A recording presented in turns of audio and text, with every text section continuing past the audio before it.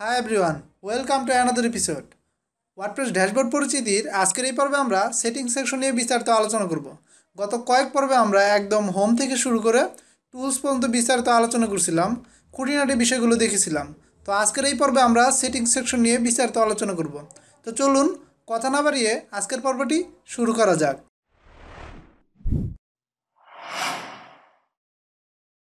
WordPress সেটিংসে আসলে আমরা এখানে কিছু সাবসেকশন দেখতে পাচ্ছি।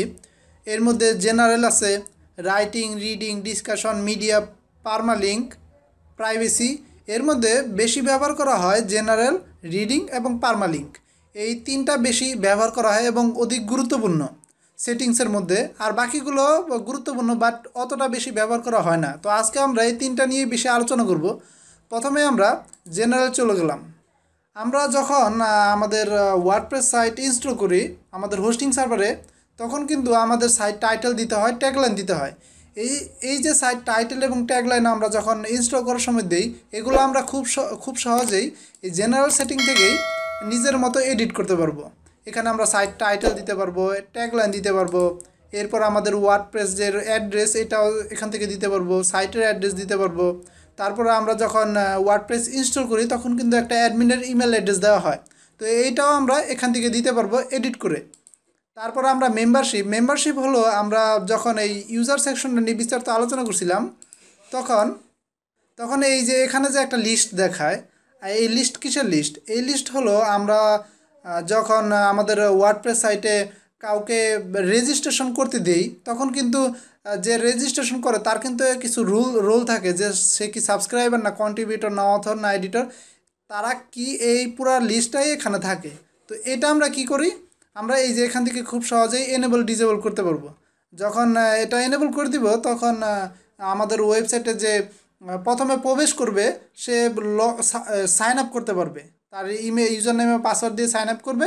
সেই সাইন আপের যে ইউজার সাইন আপ করবে তা সে কি সাবস্ক্রাইবার হবে না কন্ট্রিবিউটর না অথর না এডিটর না অ্যাডমিন, এইগুলো আমরা এখান থেকে সেট করে দিতে পারি। এবং যে সাবস্ক্রাইবার করবে মানে যে রেজিস্ট্রেশন করবে তার লিস্ট এখানে থাকবে, তার নাম কি, ইউজার নেম কি, তারপর ইমেল কি, তার রোল কি, এবং পোস্ট কয়টা করছে, এগুলা এখানে লিস্ট আকারে থাকবে।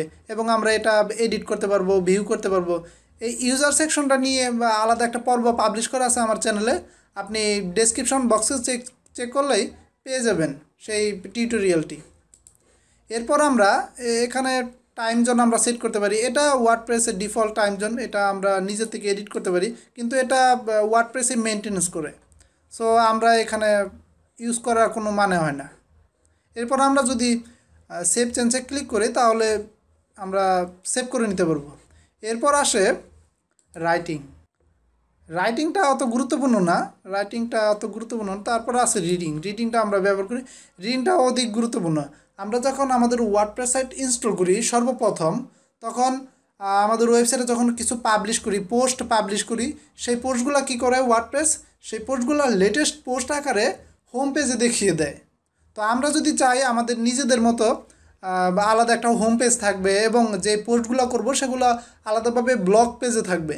তো এটা আমরা এখান থেকে করতে পারি। এখান থেকে যদি আমরা কাস্টম পেজ বলে দিই যে হোম পেজ থাকবে, সিম্পল পেজ, এবং পোস্ট পেজ থাকবে।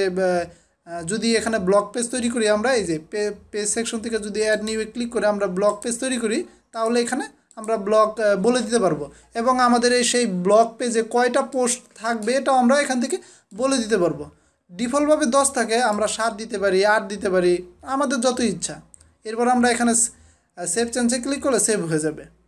তারপর আমরা এই যে এখানে সার্চ ইঞ্জিন ভিজিবিলিটি, এটা আমরা যখন ওয়ার্ডপ্রেস ইনস্টল করি তখন আমরা এটা এনেবল ডিসেবল করতে পারি। এটা মূলত আমরা যখন ওয়ার্ডপ্রেসে পোস্ট করব, এটা যে গুগল যে ইন্ডেক্স করবে কি না সেটাই এখানে বলে দিছে, যে যদি আমরা এনেবল করে দিই তাহলে গুগল ইন্ডেক্স করবে না, আর যদি ডিসেবল করে দেয় তাহলে গুগল ইন্ডেক্স করে সার্চ পেজে নিয়ে আসবে। তার কেউ যাতে সার্চ করলে আমাদের যে কন্টেন্টটা আছে সেটা যেন গুগলে খুব সহজে পেয়ে থাকে।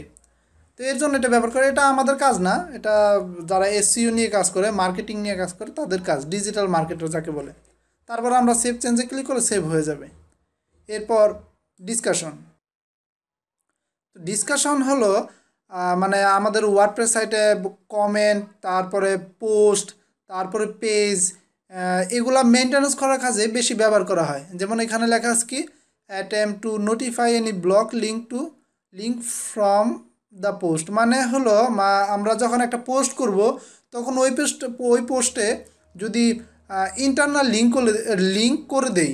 যেমন আমরা পোস্ট করলাম দুইটা, তো একটা পোস্ট আমরা প্রথমে করলাম, আরেকটা পোস্ট দ্বিতীয়তে করলাম। সো প্রথম যে পোস্টটা করলাম সেই পোস্টের সাথে যদি আমরা দ্বিতীয় যে পোস্টটা করছি সেই পোস্টটা যদি লিঙ্ক করে দেই, তাহলে আমাদের অটোমেটিক নোটিফিকেশন পাঠিয়ে দেবে। এটাই বলছে, যদি আমরা ইনেবল করে দিই তাহলে নোটিফিকেশন পাঠিয়ে দেবে, আর যদি ডিজেবল করে দিই তাহলে নোটিফিকেশন পাঠাবে না।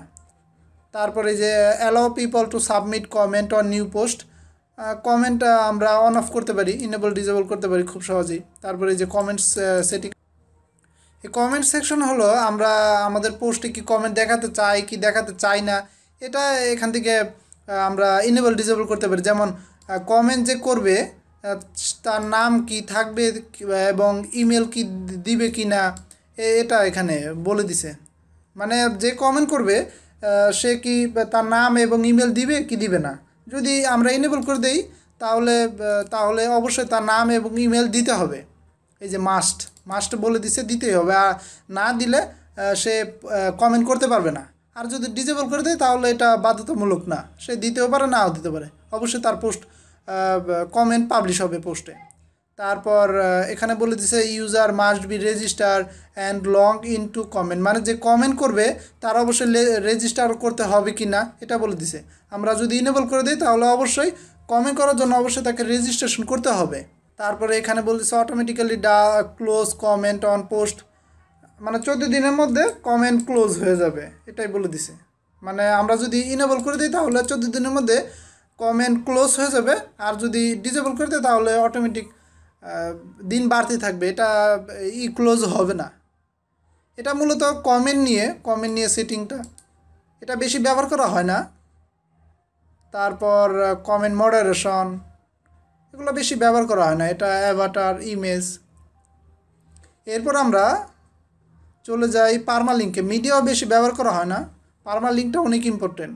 আমরা যখন ওয়ার্ডপ্রেস ইনস্টল করব তখন অবশ্যই আমরা পোস্ট এবং পেজ তৈরি করব। তো যখন পোস্ট তৈরি করব আমরা একটা পোস্টে চলে যাই।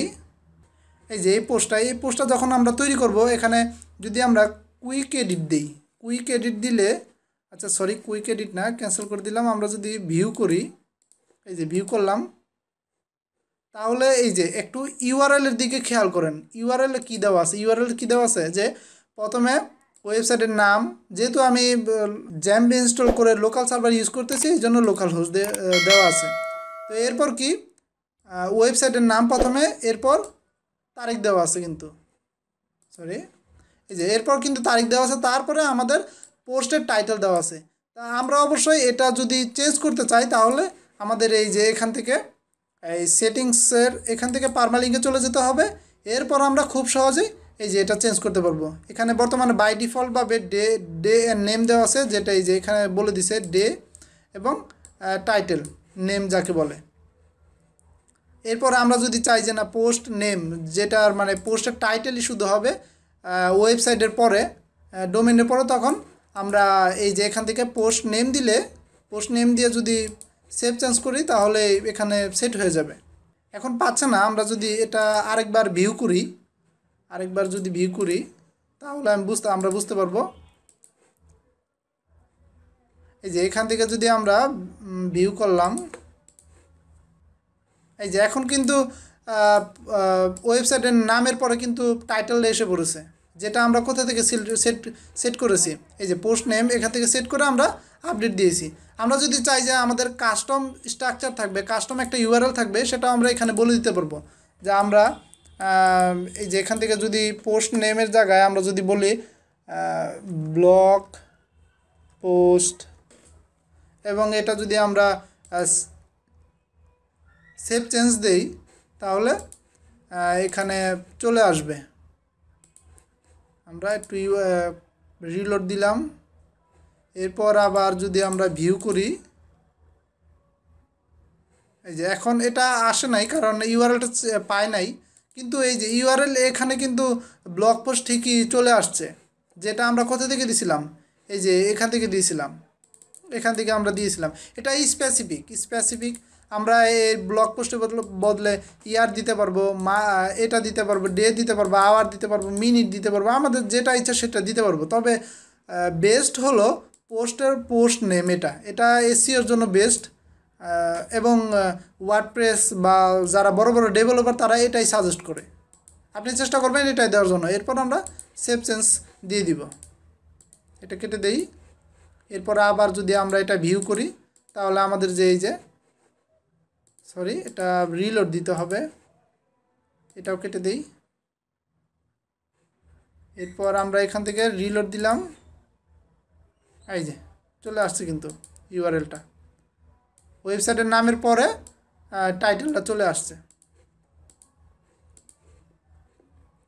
এটা এখান থেকে খুব ইজিলি করতে পারবেন। এরপর আছে প্রাইভেসি, এগুলো বেশি ইম্পর্টেন্ট না। সেটিংসে এই তিনটাই বেশি ইম্পর্টেন্ট এবং বেশি ব্যবহার করা হয়, জেনারেল এবং রিডিং এবং পারমালিঙ্ক। আপনি যখন ওয়ার্ডপ্রেস ইনস্টল করবেন তখন কিন্তু বাই ডিফল্ট এই যে ডে নেম এগুলো থাকবে। তো আপনার কি করতে হবে, পারমালিঙ্কে এসে এটা কিন্তু সেট করে দিতে হবে, এখান থেকে পোস্ট নেম সেট করে দিতে হবে। এবং আপনি যদি চান যে আপনার এই হোম পেজ আলাদা থাকবে এবং ব্লগ পেজও আলাদা থাকবে, তখন আপনার এই যে সেটিংসের এখানে এসে জেনারেলে এখানে আসে, জেনারেল না, আপনার রিডিংয়ের এখানে এসে আপনি খুব সহজেই এই হোমের জন্য আলাদা পেজ তৈরি করতে পারবেন এবং ব্লগের জন্য আলাদা পেজ তৈরি করতে পারবেন এখান থেকে, এই যে স্পেসিফিক। আর যদি চান যে আপনার লেটেস্ট পোস্টগুলো হোম পেজে শো করবে, তখন আপনি এখান থেকে এটা সিলেক্ট করে দিতে পারেন, আপনার যেটা ইচ্ছা। তারপরে সেভ চেঞ্জ দিলে চেঞ্জ হয়ে যাবে। তারপর আপনার যদি আমরা যখন হোস্টিং সার্ভারে ওয়ার্ডপ্রেস ইনস্টল করি তখন কিন্তু বাই ডিফল্ট ওয়েবসাইটের নাম এবং টাইটেল এগুলো কিন্তু সেট করা থাকে না। তো আমরা এই জেনারেলের মাধ্যমে সেগুলা সুন্দর করে সেট করতে পারবো, এই যে এখান থেকে সেট করতে পারবো। তারপরে এখানে আমরা যদি আমাদের যদি ব্লগ কোনো ওয়েবসাইট থাকে, ম্যাগাজিন ওয়েবসাইট থাকে, তাহলে কিন্তু আমরা খুব সহজে এখান থেকে নতুন যারা লেখালেখি করতে চায় আমাদের ওয়েবসাইট, তখন তাদের এখান থেকে ইনেবল করে আমরা রেজিস্ট্রেশন করার সুযোগ দিতে পারি এবং তাকে বলে দিতে পারি সে কি অথর হবে কি না, অ্যাডমিট হবে কি না, নাকি এডিটর হবে না কন্ট্রিবিউটর হবে, আমরা এখান থেকে খুব সহজেই বলে দিতে পারি। ডিফল্ট হিসেবে সাবস্ক্রাইবার থাকে, সাবস্ক্রাইবার মানে হলো যে আপনার ওয়েবসাইটে সাবস্ক্রাইব করবে নতুন আপডেট পাওয়ার জন্য। ইমেলে তার আপডেট চলে যাবে, আপনাকে ইমেল দিবে, আপনি ইমেলে পাঠিয়ে দিবেন। এটা আমরা আস্তে আস্তে শিখবো। আর এগুলো নিয়ে ইউজার রোল নিয়ে বিস্তারিত আলোচনা করা হয়েছে, ইউজার সেকশন নিয়ে। আপনি অবশ্যই এই টিউটোরিয়ালটা দেখে নেবেন, তাহলে আশা করি এই রোল এবং তাদের ক্যাপাবিলিটিস সম্পর্কে আপনার ধারণা হয়ে যাবে। তো এই ছিল আজকের পর্বে। ইনশাল্লাহ আগামী পর্ব থেকে আমরা ওয়ার্ডপ্রেস কাস্টমাইজেশন এই কোর্সটা শুরু করব। একদম স্টেপ বাই স্টেপ আমরা শিখব, যাতে প্রফেশনালি কাজ করতে পারি, যে কোনো ধরনের ওয়ার্ডপ্রেস কাস্টমাইজ করতে পারি, ক্লায়েন্টের হোক বা আমাদের নিজেদের স্বার্থে হোক। ধন্যবাদ সবাইকে, ভালো থাকবেন।